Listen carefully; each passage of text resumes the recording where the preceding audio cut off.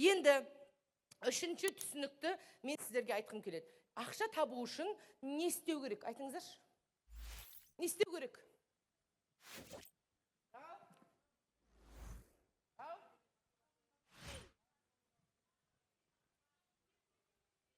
Тапқан адамға бір медитация.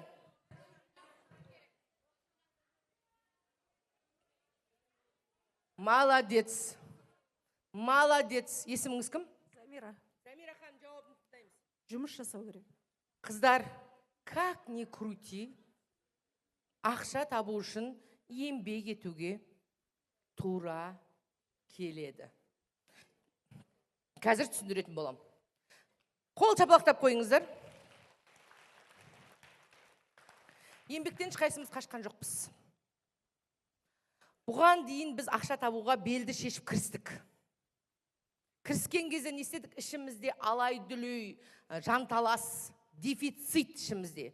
Өз-өзімізді қинап, өліп, тіріліп, еңбек еттік. Күндіз-түні. Бала-шағаның бетін көрмедік. Күйеуді ұмыттық. Үйде нешіп, не жеп отқанда шаруамыз болған жоқ. Өміріміздің 10 жылын, 5 жылын, 20 жылын ақша деген майданға не істедік? Айырбастадық, мә саған деп. Есіңді жисаң, көк тиын жоқ қалтаңда, әлі шабылып жүрсің, бірақ енді сен бұрынғыдай жұмыс істегің келмейді. Сен уже ештеңе істегің келмейді. Саған похрен, қазақша айтқанда, мороз. Жата бергің келеді. Кім согласна? Ештеңе істегісі келмейтіндер қол көтереміз. Ақша келсе, бірақ ештеңе істемесем, замен.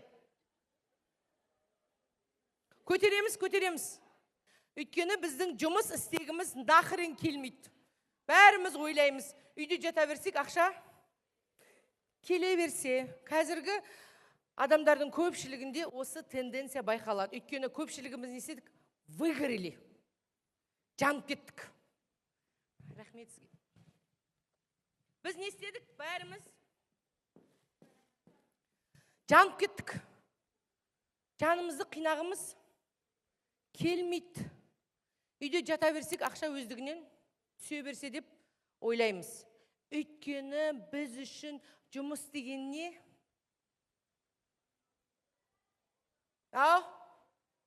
Жұмыс деген не? Біздің подсознаниемізге, яғни біздің түпкі санамызға жұмыс деген не болып саналады?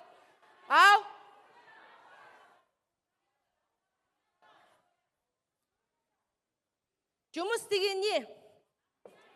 Қаны, напряжение деп кім айтты? Молодец, осы екі қызға медитация. Жұмыс деген біз үшін напряжение. Өйткені біз напрягаться не хотим.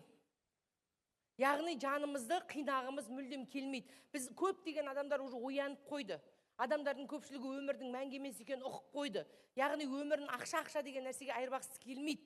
Яғни напрягаться не хотят бұрынғыдай. И өздерін не істейді? Аяйды. Ештеңе істемей, жата берсе, ақша өздігінен келсе деп ойлайды. Осы напряжение деген нәрсе кету үшін не істеу керек? Ал айтыңыздар. Напряжение деген нәрсе кету үшін не істеу керек? Мысалға қараңыздар. Мен, например, сіздерге айттым ғой, Гуанчжоуда тұрмын. Гуанчжоудан келдім. Салым суға кеткен, қалтамда көк тиын жоқ. Қарызға кіріп кеткем. Алдымда менің не тұр? Алдымда менің белгісіздік тұр. И маған қазір сіздерге стратегия деген бөлімді Айша түсіндіретін болады. Айша маған стратегия береді. Міне, осы стратегияны жасасаңыз, сіз декабрьде қайтадан шыңыңызға жетесіз дейді. Міне, стратегия деп көрсетіп тұр маған. Сіз декабрьде уже 500 мыңдаған адамдар жинайсыз дейді. Но менің ішім айтады, кетші дейді. Уже істегім келмейді дейді ішім. Яғни маған не көрсетіп тұр ол? Стратегия. Жарты жылға жасалатын жұмыстың списогін көрсетіп тұр. Жоспарды көрсетіп тұр. Бірақ менің ішім не істейді? Көнбейді. Яғни мен Айшаның бетін көрмей қашып кеткім кеп тұр. Бүкіл амалын істеп тұр. Ұрысып қалғым кеп тұр мен. Ұрысып қалдым бір рет. Мен сені көргім келмейді деп кетіп қалдым. сосын бір жаққа ұшып кеттім, лишь бы ананы жасамау, қашамыз біз. Сылтау табамыз. Біздің өмірімізде бәріміздің мақсаттарымыз бар, бірақ сол мақсатқа жетудің орнына біз не істейміз? Сылтау іздейміз. Ауырып қаламыз, біреулермен алаңдап кетеміз, болмайтын нәрселермен айналысамыз, но біз өзіміздің стратегиямызды не істемейміз? Орындамаймыз. Қазір осы жерде алатын екінші түсінік 2026 жылға четкий стратегияларыңыз болу керек. Біз просто четкий 6 айға стратегия жаздық. 6 айға. 6 айдан кейін не алдым мен? Нәтиже алдым. Өйткені біздің подсознаниемызға жұмыс равно не? Азап. Жұмыс равно напряжение. Біз уже жұмысты не істейміз? Жек көріп кеткенбіз. Мынау жұмыс. Қайда біреу? Бүйділік қайда? Мынау жұмыс. Мынау жұмыс. Мен осы жұмыспен достасатын болсам, еңбекпен. Біз не істейміз? Жылдам жаңағы нәтижеге жетеміз. Бірақ мен диалогтың бетін көргім келмейді. Мен диалогты жек көріп тұрмын. Өйткені мен ештеңке істегім келмейді. Енді осы жұмысты жақсы көру үшін, сіздің өміріңізге қайтадан нәтиже келу үшін, сіздер қазір біріншіден, мен сіздерге бір ақиқатты айтайын. Любой еңбектің жемісі бар. Біздің былай істейміз, қыздар. Мысалға, маған бір адам келеді, маған бүйтеді. Бір адам келеді, қазір жұмыс напряжениені сіздерге түсіндіріп беремін. Мақпал Қаратай дейді, маған келеді айтады. Мен Инстаграмда жарты жылда 30 000 подписчик жинағым келеді. Реалистично ма? Ау? Реалистично. Даже 100 000 жинау болады. Реалистично. Енді біз не істейміз? 30 000 подписчик жинайым деген шешімді алдық. Содан кейін ол 2 күн рилс салады. 3 күн карусель жазады. 4-ші күн не істейді? Пластом страдать етеді. Өйткені нәтиже жоқ деп. Пластом страдать етеді. Мен сіздерге қызық айтайын. 2023 жылы біз Алматыда 1000-нан астам адамға тренинг өткіздім. 2023 жылдың ортасында. Сол тренингте біз ойладық. Қазір, біз ол тренингте пытырлатып сатамыз. Адамдар жинап алдық, қазір ол тренингте күшті болады. Біз ары қарай ол адамдармен жұмыс істейміз. Ол адамдарды, менторствоға алып кетеміз дедік. Сөйтіп мен 5-6 сағат сөйлеймін. Сөйтіп мына жақтан не шығарамыз біз? Продажаның QR-ын шығарамыз. Ана жерде 10 отдел продажының қыздайын тұр бүйтіп, лыпылдап, қазір аламыз деп. Мен сахнада тұрмын. Қыздар, еке жігіттер, продажа деп ана жерден нені көрсетем QR-ды. Халық нөл ғой. Сасқаннан не істерін? Қыздар продажа, жігіттер продажа деп атын 0. Ешкімде ешқандай отклик жоқ. QR тұр. Ана жерден Чинкаға бит көзіммен қарап қоям, Чинка бүйтеді. Жоқ дейді. Бір адамға не істегенбіз? Сата алмағанбыз. Бір адамға. 1000-нан 1300 адам қойдым, ұмытпасам. 1300 адамнан бір адам Мақпал Қаратайдың сабағын ары қарай 1 миллион теңгеге сатқанбыз. Алсам деген бір инициатива, бір QR-ға өткен өмір болған жоқ.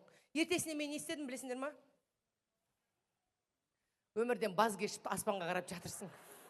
Өмір, неткен жамансың. Мен не қылған бейшара пендең едім, Құдай. Мен неге жақсы көрмейсің, елдің бәрінің жолы болады, мен неге жолым болмайды деп жатырмын. Аспанға қарап страдать ет. Тұра алмайсың. Бірақ маған көмектесуші не бар? Тұрғызатын. Мына кісі не деген ақылды адам?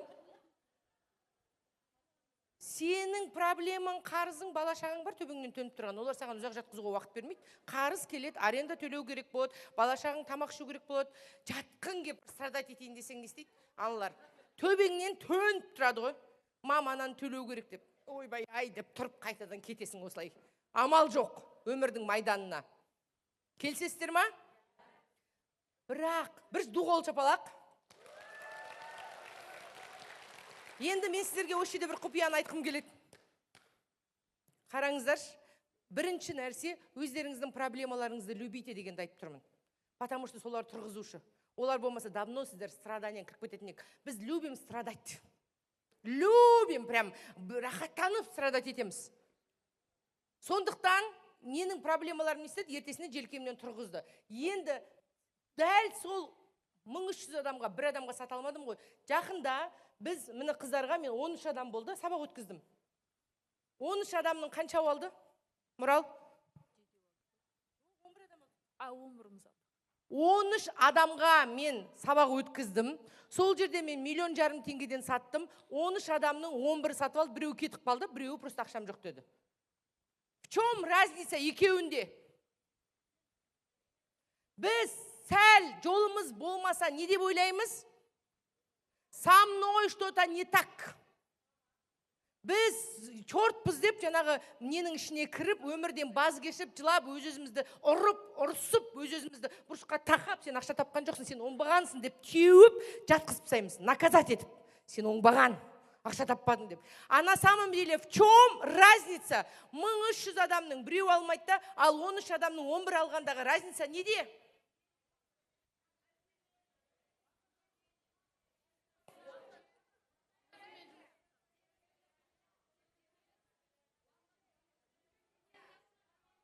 Энергияда емес, мен ол жаңағы 1300 адамға өткізгенде мен энергиям тасып тұрған. О, деп. Неде? А? Грамм спокойствия жоқ. А? Осы нәрсені осы жерден терең түсініп кетіңіздерші. Прям четко. Екеуінің разницасы просто мен уже сату туралы білім алып алған болды. Түсінесіздер ма? Яғни точечный білім деген нәрсе. Просто мынау сіздерге қазір мынандай білім ғой. Точечный білім десе, мысалға Инстаграмда жаңағы қыз, егер сенің каруселің атпай жатса, не істеу керек сен? Карусельді жасайтын маманға барып, маған үйретші деп, точечный кеңес алу керек. Сенің, продажадан жүрмей жатсаң, саған просто мен продажадан үйрендім, мамандардан оқыдым, я теперь знаю, как продавать. Яғни Инстаграмда сен 2 рет рилс салдыңда атпаса, значит, Инстаграм туралы саған не алу керек? Білім алу керек. Осы нәрсені прям четко ұғыңыздар. Мен бейшарамын, со мной что-то не так, мен бір жерім қисық деген нәрсе емес, жамботалар. Просто сіз сол нәрсені істеп жатсыз, білмей жатсыз. Білмей жатсыз. Осы нәрсені терең түсіндіңіздер ма? Прям четко маған ду қол шапалақ.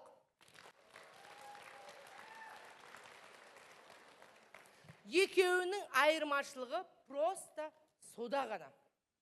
Яғни, егер у вас что-то не получается в одной сфере, значит, мен мысалы кеше, например, бір 15 карусель салдым. Египетте жаттым да, пошамать карусель салайшы деп ойладым да. Ақыр уақытым бос дедім да, 15 карусель салдым. Просмотры 30 мың, 40 мың, яғни атпайды. Жоқ карусельден.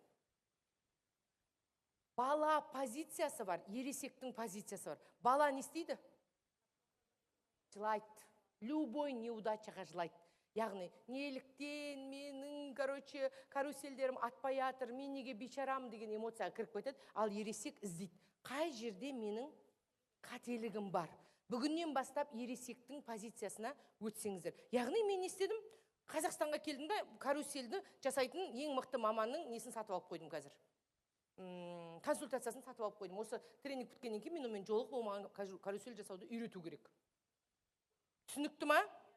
Любой нәрсеге дәл солай четко мышлениямен қарайсыздар. Өздеріңіздің эмоцияларыңызға батып кетпейсіздер. Енді жаңа мен сіздерге айттым. Жұмыс равно напряжение дедім, я? Яғни жұмыс істегіміз келмейді. Сол напряжение кету үшін не істеу керек? Тапқан адамға бір медитация. Ал?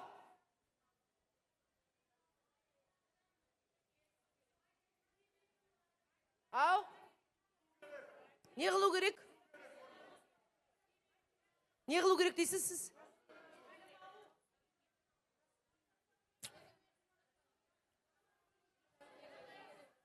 Ау? Молодец. Қазір айтам, қыздар былай. Напряжение кету үшін сіздің өміріңізде бүгінгі алатын сіздердің инсайттарыңыз қайтадан жұмыс істеуге дайын болу. Еңбексіз еш нәрсе келмейді, бұлар ақиқат қыздар. Қайда барсаңыздар да сіздерге осы ақиқатты айтады. Бірақ сіздер бұрын еңбекті ішіңіздегі дефицитпен, жанталаспен қиналып істесеңіз, мынау еңбекті расслабленно, спокойно, күліп ойнап істейтін. Оны мен қазір шамалдан кейін түсіндіретін боламын. Екеуіне қалай жету керектігін, хорошо? Ал қазіргі ұғатын нәрсе, яғни сіз мысалға менің алдымда андай жұмыстарды қойып қойды. Мен анаған беттегім келмей не істеп жатырмын? Қашып жатырмын. Сол жұмыстарды, сол тауларды еңсеру үшін любой нәрсені сіздің ішіңізде, представьте, бір жалқаубек бар. Егер сіз онымен келісімге келсеңіз, ол сізге любой тауды не істейді? Қопарады. Сол жалқаубекпен келісімге келу үшін сіздерге жұмысты жазу керек. На самом деле, сіздің ішіңізде жалқаубектен бөлек бір өтірікші бар. Сыртқа шықпасаңыздар. Бір өтірікші бар. Сыртқа шыққан адам қайтан кіргізбеймін, сразу айтайын. Ойды отвлекать етесіздер. Мынау қазір маңызды нәрсе. Яғни сіздің ішіңізде жаңағы жалқаубектен бөлек кім бар? Өтірікші бар. Өтірікші айтады: сен бұрын көп жұмыс істегенсің. Сен бұрын көп қиналғансың. Яғни сендер сол өтірікшіге не істеп тұрсыздар? Сеніп тұрсыздар. Сондықтан, яғни өзіңнің ішіңдегі жаңағы ішкі жан дүниеңмен келісімге келу керек. Саған, например, любой нәрсені қазір сіздерге Айша түсіндіретін болады. Стратегия. Яғни, мысалға, саған жазу керек. Мысалға, мен YouTube аштым. YouTube каналым менің 50 мың подписчик алып келу үшін маған не істеу керек? Видео салу керек, ол видеоны түсіру керек. Сіздерге бір айда жасайтын жұмыстарыңызды вы должны прописать. Когда сіз қағазға жазған кезде, сіздер ол нәрседен қорықпайсыздар. Мысалға, осы айда мынандай нәрсе жасаймын. Танымалдылыққа жету үшін Инстаграмда осы айда осынша рилс салам, осынша карусел түсірем. Яғни сіздерге жазып көрсеткен кезде, сіздің ішіңіздегі қорқыныш не істейді? Рұқсат бере бастайды. Жазып көрсеткен кезде, мына айда мына нәрсені істеймін, мына айда магазинге мынандай нәрсе алам, мен мынандай нәрсе жасаймын деген сіздерге четко любой нәрсені бір айға, бір жылға прописать етіп жазуды кәдімгідей өздеріңіздің әдеттеріңізге айналдыруларыңыз керек. Менде барлығы блокнотта жазылып тұрады. Осы айда біз мысалға жаңағы Гуанчжоудан Алматыға шейін біз жаздық. Яғни 10 подкастқа түсу. Бірінші. Екінші, 30 рилс салу. Үшінші, мынанша нәрсе жасау. Яғни біз прописать еткен кезде бізге не болды ол? Легче болды. Біз уже анық көре бастадық. Енді осының бәрін бір айға прописать еткеннен кейін, екінші, мен оны неге бөлдім? Күндерге бөлдім. Күндерге. Біздің ең үлкен қателігіміз мынада, қазір прям мұқият тыңдаңыздар. Біз импульсымыз көтерілген кезде бәрін жасауға тайым боламыз да, одан кейін лақтырып кете береміз. Осы қасиеттен арылмасаңыздар, үлкен ақшаға жете алмайсыздар. Маленькие шаги, молодец, соны айтайын деп жатқам. Яғни, мен оны кішкентай шақтарға күнге бөліп тастадым. Мен бір күнде 3 сағат жұмыс істеймін, қыздар. Әрі кетсе 4 сағат.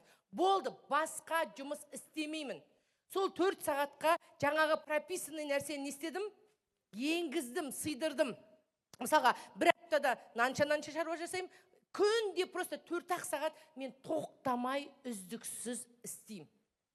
Баяғыда, осыдан 2019 жылы Сочиға барған кезде, Высоцкий деген миллиардер болды. Сол кезде байлыққа жету үшін, бірақ ақыл айтсаңыз, не деп айтар едіңіз дегенде, ол айтты, тоқтаусыз деді, қимылдау деді.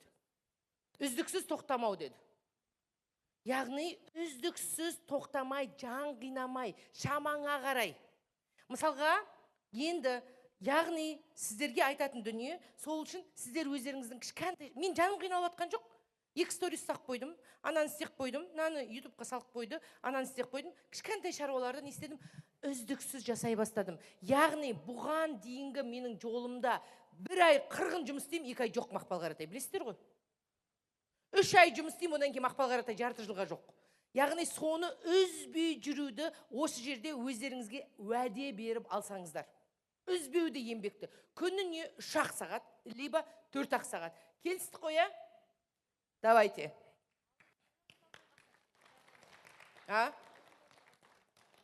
Мына кісіге микрофон берейік. Мысалы, жазған 1 айға болсын, 1 аптаға болсын, ол орындалмаған жағдайда не істеуім керек? Короче, қыздар, біздің ішімізде жалқаубек бар. Ол грамм жұмыс істегісі келмейді. Біздің міндетіміз, представьте, менің ішімде потенциал бар. Міне, потенциал менің ішімде тұр ол. Ол потенциал тұр. Ол потенциалды мен не істеуім керек? Шығарып алуым керек. Біз Айша екеуміз жолыққан кезде маған айтты, сіз потенциалыңызды ар жаққа тығып тастапсыз деді. Тым тереңге. Ол арыстанды қалай шығарамыз деді. Арыстанды шығару керек. Представьте, әрбір гүл өмірге келгенде не үшін келеді? Өзінің потенциалын шығаруға, қош иісін жаруға. Әрбір адам өзінің ішіндегі потенциалын шығару үшін келеді. Адам потенциалын шығара алмаған кезде құса болады, ауру болады, жата береді. Сен потенциалын іштен өлтіріп жатыр. Потому что іштей білесің, что ты достойно көп нәрсені істей алатынды, шамаң келетінді, достойно екенін біліп тұрсың бәрін. Келсесіздер ғой. Шамаң, бірақ сен ана потенциалың ар жаққа тығып қашылып кеткен. Саған соны не істеу керек? Вытащить надо потенциалды. Енді сол потенциалды шығару үшін, ішінен вытаскивать ету үшін, мынау Жалқаубек кішкентай істегісі келмейді. Маған осының жоғары жағындағы Жалқаубекпен не істеу керек? Келісімге келу керек. Келісімге келу керек. Мен бірінші бір нәрсе айтам өзіме, күнде үйретем. Мақпал, мен өзіммен сөйлесем. Мақпал, сен 3 сағат жұмыс істемейінше, мен сені орнынан тұрғызбаймын. Хочешь ты этого, не хочешь ты этого, ты будешь сейчас 3 сағат зафокусированно, продуктивно жұмыс істеу керексің. Біз 3 сағат жұмыс істемейміз, бірақ біреудің инстаграмын қарауға, болмайтын нәрселермен айналысуға, ал өзімізге осы нәрсені қиюға не хотим. Өзіміздің өмірімізді өзгертетін части жасағандан көрі, өсек айтуға, баняға баруға, біреудің өмірін обсуждать етуге дайынбыз. Енді сен қалайда осы 3 сағатты жұмыс істеуге тиіссің деп, өз-өзімен прям четко шегелеп берем. Екінші нәрсе, мен обязательно өміріме не қоям? Морковка қоям. Мен ана морковканың артынан жүруім керек. Мысалға, мен өз-өзімді не істеймін? Сатып алам. Каждый айда бітем. Мақпал, егер сен қазір осы ретриттен кейін мен сатып алғам өзімді. Сен қазір ретритқа 550 адам жинасаң, егер сен осы 550 адамды өткізсең, мен саған мына нәрсені әперем. Договариваюсь. Всегда и каждый раз ол нәрсе тек қана маған қажет нәрсе болу керек. Ол балаларыңа қатысты, либо күйеуіңе қатысты, либо отбасыңа қатысты нәрсе болмау керек. Любой, Мақпал, сен осы айда 10 рилс салсаң, 15 жаңағы не өткізсең, сторис салсаң, нәрсені істесең, мен жазып көрсетем бірінші мені. Бір айда саған 30 рилс, нандай нәрсені салу керек. Егер сен осын жасасаң, мен саған Луи Виттон сумка алып берем. Приз, всегда приз. Любой нәрсе. И ол приз не істеу керек түбінде? Обязательно алып беру керек. Өйткені это есть вознаграждение. Өзіңе деген вознаграждение, өзіңнің қуаның үшін. Өйткені сен өзіңді не істеп тұрсың? Таңдап тұрсың бірінші рет. Мен сенің еңбегіңе төлеуге дайынмын. Потому что біз еңбек еттік, но еңбегіміздің ақысы жоқ.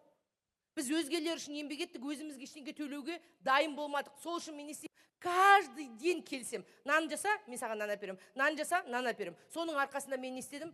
Бір қарасам еңбекқор болып кетіппін қайтадан, қыздар. Түсінесіздер ма? Сондықтан қазір осы стратегияны алсаңыздар, иә? Әрі қарай кеттік!